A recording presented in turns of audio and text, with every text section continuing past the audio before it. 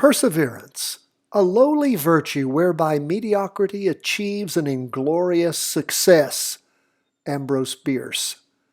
And old Ambrose, 100% right. It is perseverance. That is how we achieve. The number one determinant of success in life comes down to those who will persevere. And if you want to figure out how to read stock charts, every day, 10 to 15 minutes, that's all we ask. Let's jump into this market. Crazy day. Why is it crazy?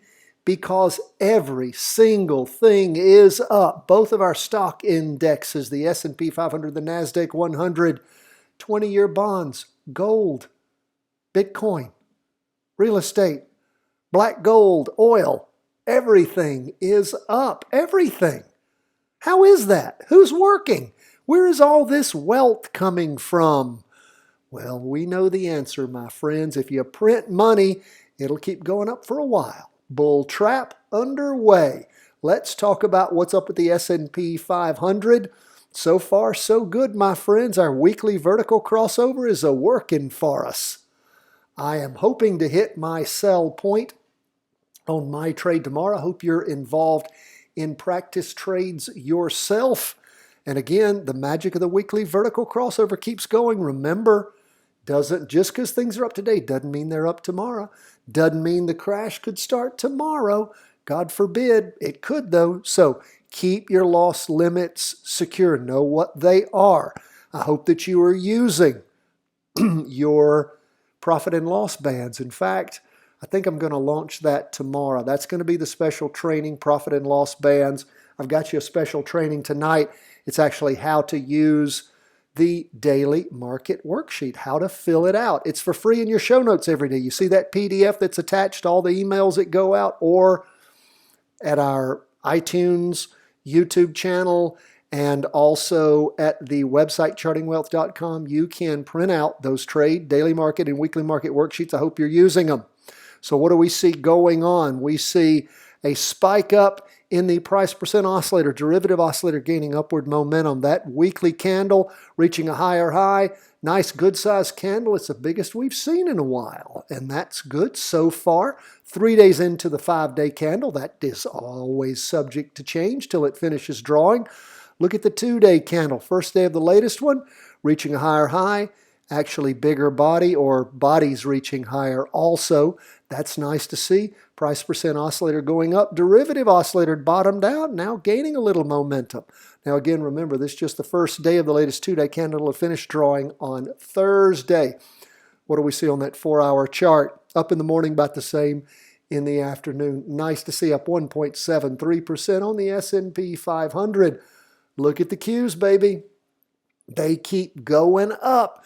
We had that weekly vertical crossover all the way back on the 1st of April. 1st of May. End of April, 1st of May. And we're going into our 4th week of crazy good results. Is it just not insane? Just keeps going up. Price percent oscillator kicking up a little higher. Derivative oscillator gaining upward momentum. What was our jumping in point? Somewhere around the 215 mark. What's the highest high so far? 231.19. How do you like that in 3 weeks? Not even 3 weeks, my friends. The crossover was on the 1st. So we had the week ending the 8th and the 15th. We're going into 3 weeks. Is that not sweet? From somewhere around the 215 mark, and again, I'm using my Heikin-Ashi candlesticks, not as accurate as I'd like, up to a high of 231. That ain't bad in anybody's book. That's the magic of the weekly vertical crossover 2-day chart, reaching a higher high so far. Price percent oscillator heading up again, just like the S&P. Derivative oscillator gaining some upward momentum. 4-hour chart up in the afternoon, maybe a little less. Up in the morning, maybe a little less in the afternoon. Price percent oscillator slowing down a little bit. Derivative oscillator gaining upward momentum. Folks, that's where we are on stocks. Weekly vertical crossovers are in effect and looking beautiful. Okay, we're going to go on to bonds. What do we see there? Bonds up for the day now. Looks like we got a weekly vertical crossover continuing to try to form. What does that typically mean? It typically means things go in that direction. We did have an update today, not much, 0.30. but we see the derivative oscillator gaining downward momentum, price percent oscillator heading down, red down candle, not reaching a lower low. So we'll continue to watch, keep our eye on things, be ready for that possibly at the end of the week. We see that the price percent oscillator heading down on the 2-day chart, but not reaching a lower low. Derivative oscillator losing some downward momentum. And then as we dig a little deeper, we can see where things actually bottomed back on Monday, and then sort of sliding sideways, tending a little up in the afternoon. So we'll watch, see what's going on now. What would we expect if stocks are going up, bonds to go down? So again, we'll continue to watch, let this market sort its way out. Our last of our big charts is, of course, gold, up for the day 0.23%. Now, we do have a green up candle for gold, 164.96 so far this week. Prior week, 164.80, so we have tapped a little higher than the prior week. Derivative oscillator gaining upward momentum. Price percent oscillators heading up. 2-day chart. Oh man, maybe we're going to have a crossover. Maybe we are. Not our perfect way to do things. We'd love to see it a lot stronger. And of course, we prefer a weekly vertical crossover. Next best is a recross.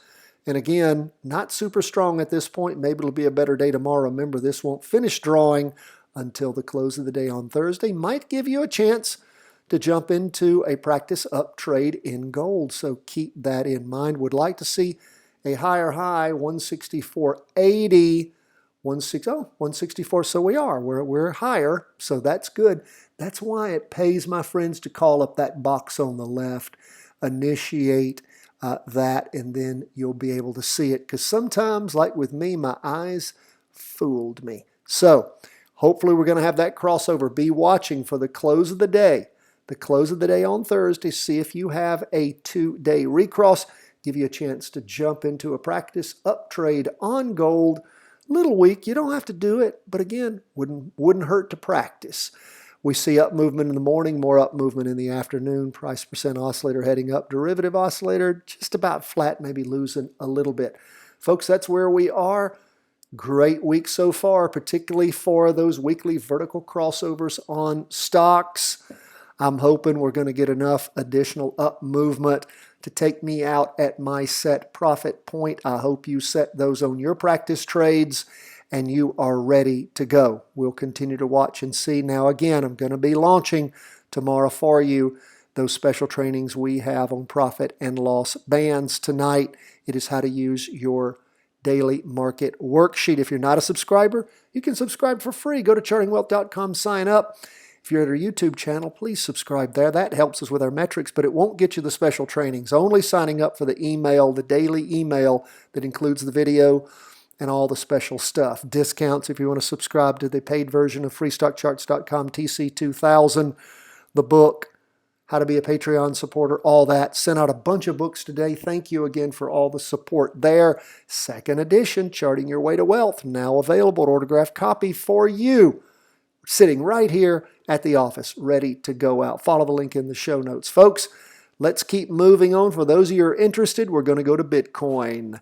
Bitcoin up almost 1%, 0.94. Check it out. We had that weekly vertical crossover in Bitcoin. Slow week last week where it really just sort of stalled on us, didn't it? But then look at how this week is trying to prime up. 0.94%, not quite a percent. High last week, $9,978.93. So not hitting as high a high as it did before. But again, still trying to move up. Derivative oscillator gaining upward momentum.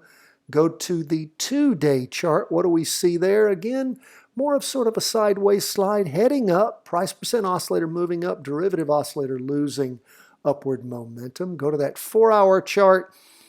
Just won't cross over for you, will it?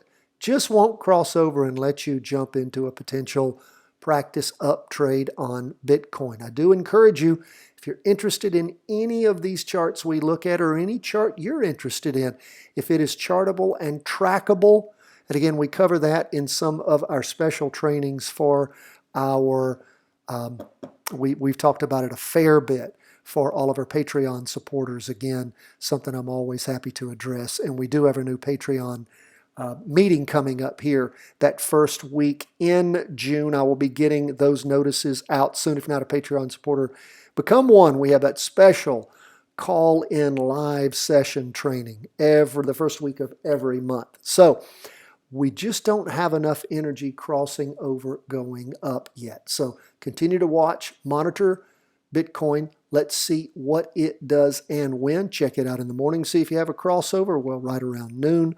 And then check it out toward the end of the day. Who knows? Bitcoin has recovered quite a bit after those massive losses.